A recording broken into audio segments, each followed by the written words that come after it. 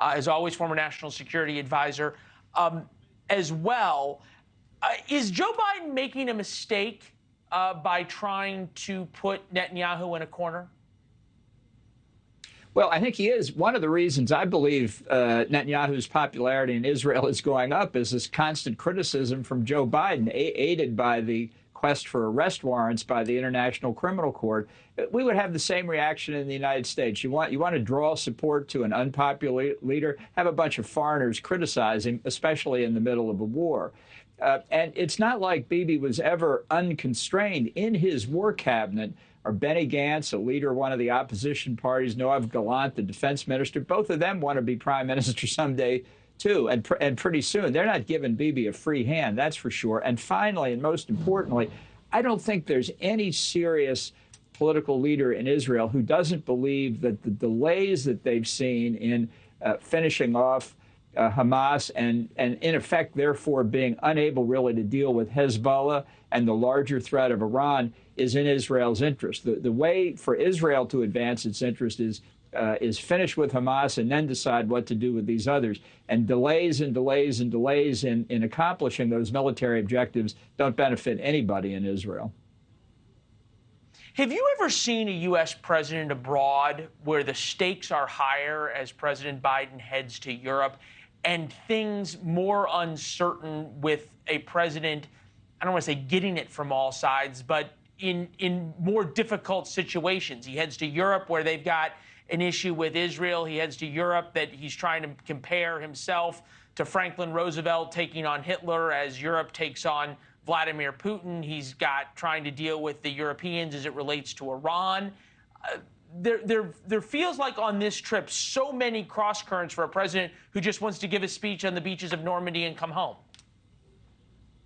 Yeah, look, all eyes are always on an American president when he's overseas, but this time they're going to be looking through binoculars at every move that he makes. And, you know, this story, the only surprise for me in that story was how long it took to come out, because I've heard from people who have been in meetings with the president exactly what that story is reporting.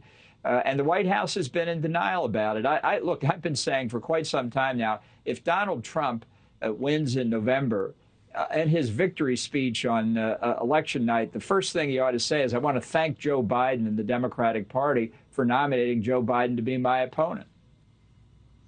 Your piece out in the Wall Street Journal, Biden goes to extremes to appease Tehran. He reportedly has gone so soft as to discourage allies in Europe from pressing their case at the IAEA, that's the International Atomic Energy Agency, and about this reporting that the Iranians are ever closer to building a nuclear weapon and playing President Biden as a chump. You've been on these overseas trips with presidents. I'm thinking about your trips with Donald Trump in particular.